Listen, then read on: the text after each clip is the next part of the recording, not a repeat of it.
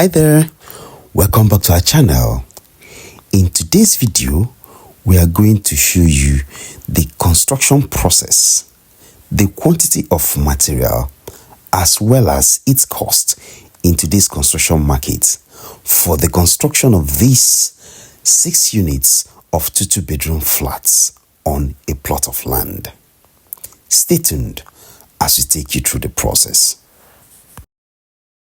So, our setting out process starts by getting the 4 corners of the building and squaring them, taking reference from the walls and the property lines, offsetting the necessary offsets before the building starts.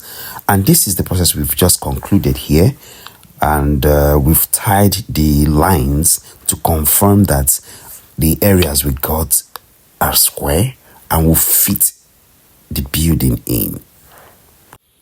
In general, this line guides the putting in place of the profile board, which is the 2x2 that we put round the excavation area from where we pick all the points.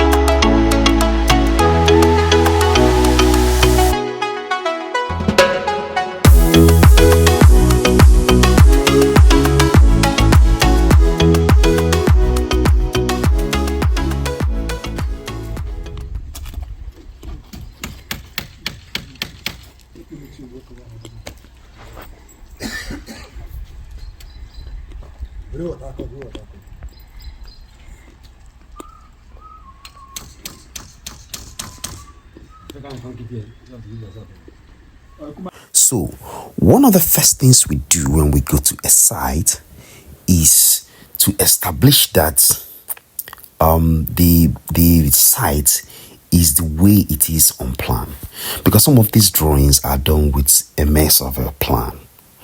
In some cases, you will go to the site, you see that the land is actually a bit smaller than what the survey plan said. But in this case, when we checked, luckily for us, the land was a bit bigger than what is on the survey plan. So it actually helps us, but we're not considering how we will shift the building such that by the end of the day, we'll have reasonable space around the building.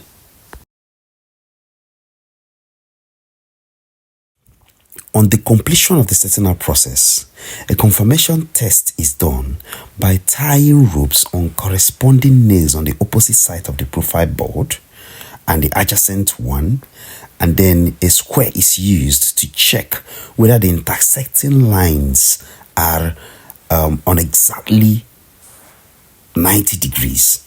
And when this is confirmed, that means the setting out process is okay and complete. And the marking of the foundation spaces with sand then starts. So this particular process is like redrawing the plan, that is 1:1 and in real life size, on the site, on the floor, just before the excavation starts. It's like transferring the foundation's lines on the ground before the excavation starts.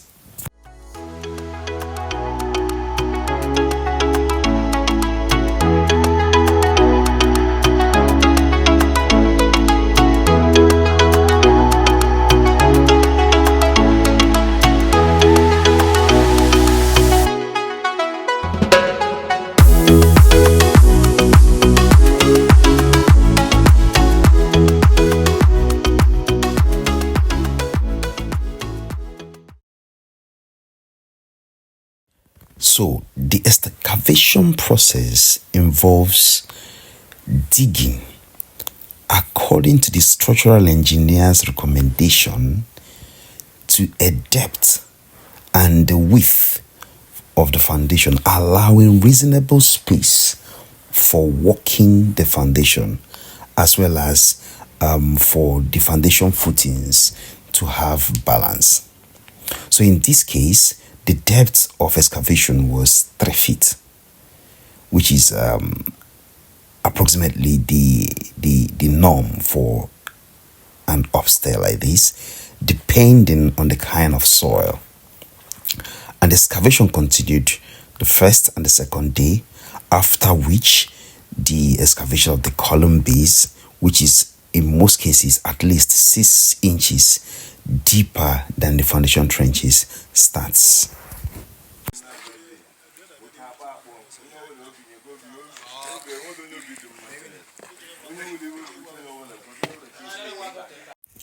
Soon after the excavation of the foundation trench is completed, the excavation of the column base begins. And this involves excavating to the depth and width, allowing reasonable space according to the structural engineer specification for the mats, for the starter bars and mats to be able to settle on the floor for casting. And by the time this is completed, the blinding of the column base to allow establishing the points for the starters and columns begins immediately. So for this process to happen, of course, the iron workers would have formed the starter bars and the baskets according to the specifications of the structural engineer. And then the ropes, of course, will be tied on corresponding points on the profile board, and then the points for the columns established and then put in place.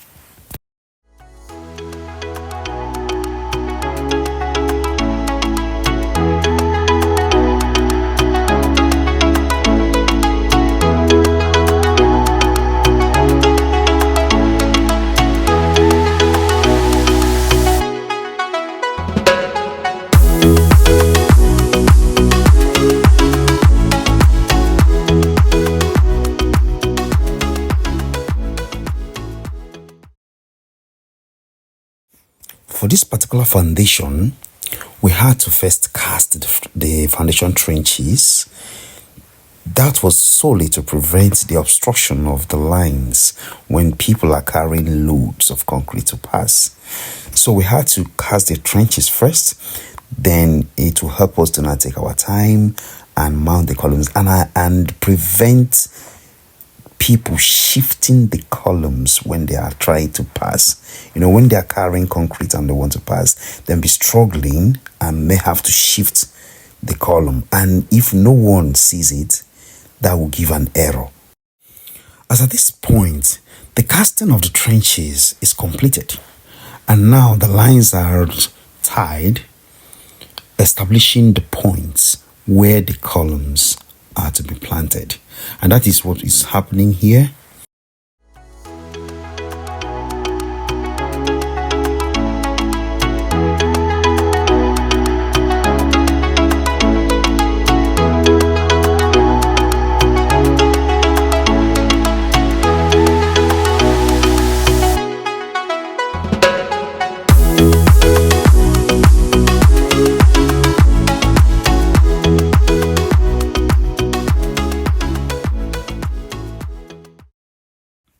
So as soon as each column point is established and mounted, the casting is done to rhyme with the already cast foundation trench. And that completes the casting of that particular area. And this process continued one after the other as we continue to mount the columns throughout the foundation space. The column base is complete. The next day, after establishing and casting the column points, the putting of blocks, that is the forming of blocks on the inside the foundation, begins. And this involves tying corresponding lines on the wall nails on the profile board and then plumbing it down to get the foundation blocks as it is on drawing and on profile. And to confirm that everything is still perfect the way it was on profile, after getting two intersecting lines like this, we use the square to confirm that the two lines are exactly at 90 degrees. And this proves that everything is still perfect. There was no shift whatsoever during the construction process, and the work continues.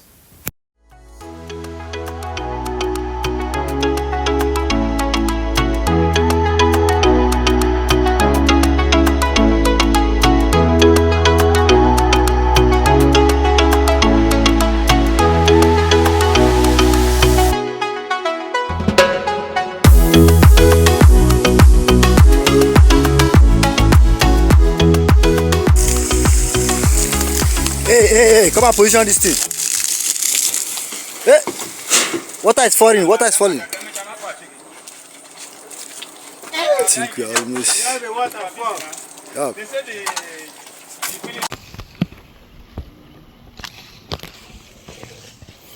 So this is the PC level here.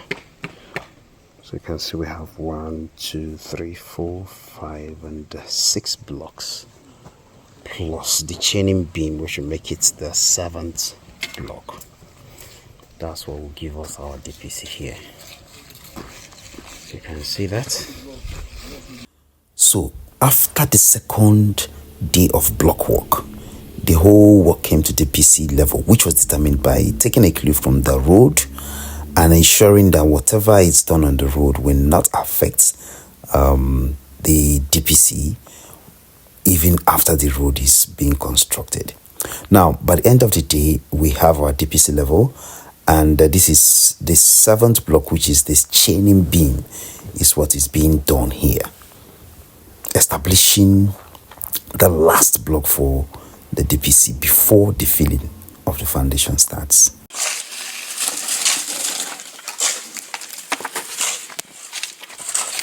So now, the casting of the DPC beams, the chaining beam, have been completed, ushering in the filling of the building space with laterite, which is going to be compacted and, of course, watered to give us a reasonably solid base for the building to continue.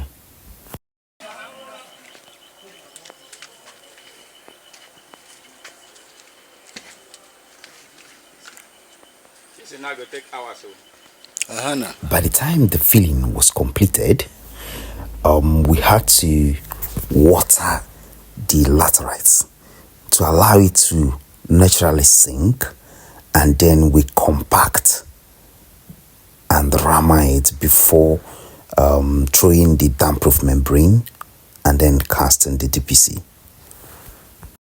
Now, watering and compacting the laterite has a number of functions it performs at the building, one of which includes ensuring that the laterite settles before the DPC comes on top of it.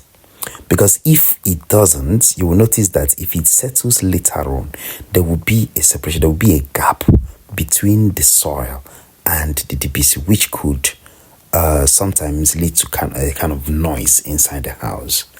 Now, the second one is to ensure that it does not absorb the water from the concrete faster. So if the laterite is very dry, once you pour the concrete, instead of allowing the concrete to use the water in itself to dry, the laterite will absorb the water. And that's when you now see some cracks on the DPC, because the water was absorbed faster than it should. But when the laterite is watered well and it drinks the water enough, it will allow the concrete to use its water to dry.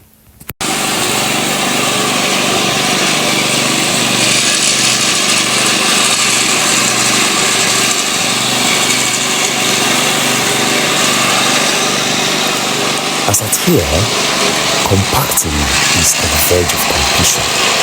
And DPC is ready to receive the damp-proof membrane, as well as the DPC concrete, mass concrete work.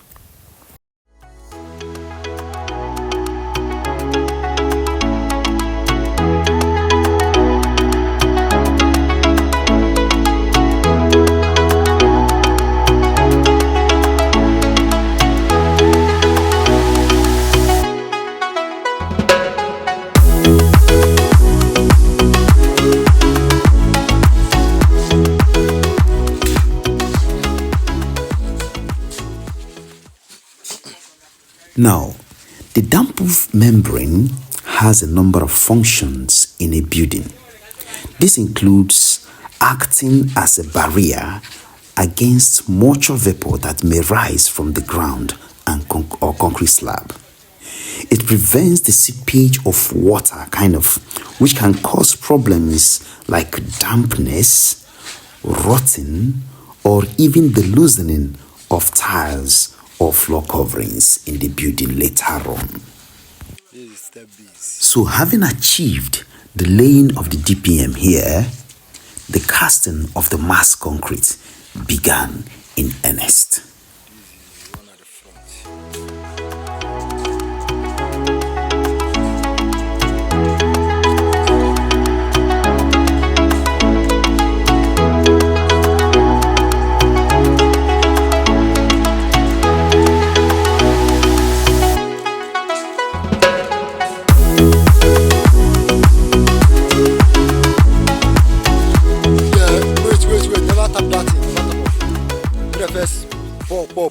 Go use level. Huh?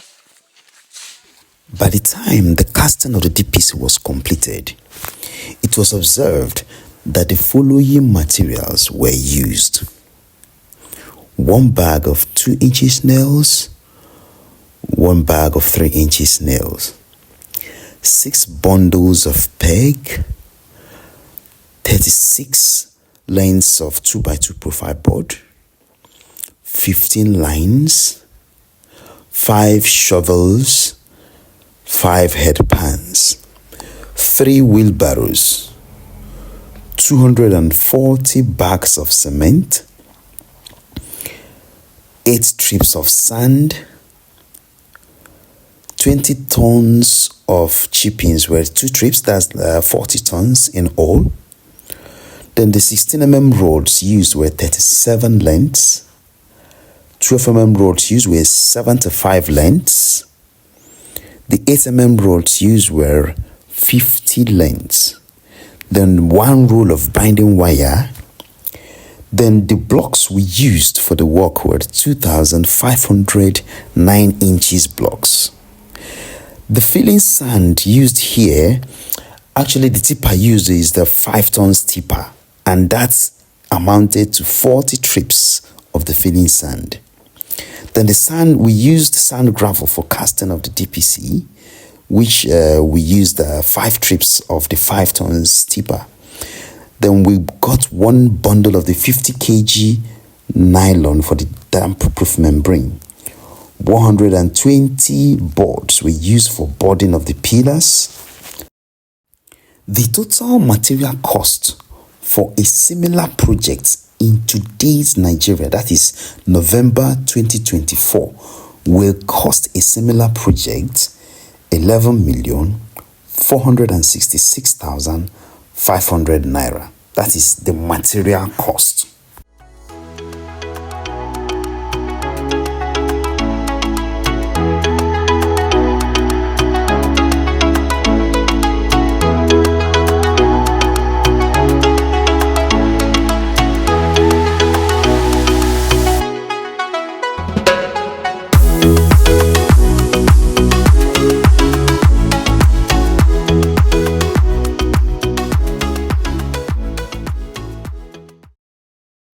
Similarly, the total labor and supervision cost, which includes the excavation cost, the carpentry work cost, the iron bending work cost, the filling, the casting of both the foundation trenches and the DPC, in today's Nigeria, that is including the engineer's fee in this case, cost this project 1,850,000 naira. That is to say that the total cost of material and labor to achieve this project in today's Nigeria for foundation to DPC will cost 13,316,500 naira. Thank you for being with us this far, and see you in our next one.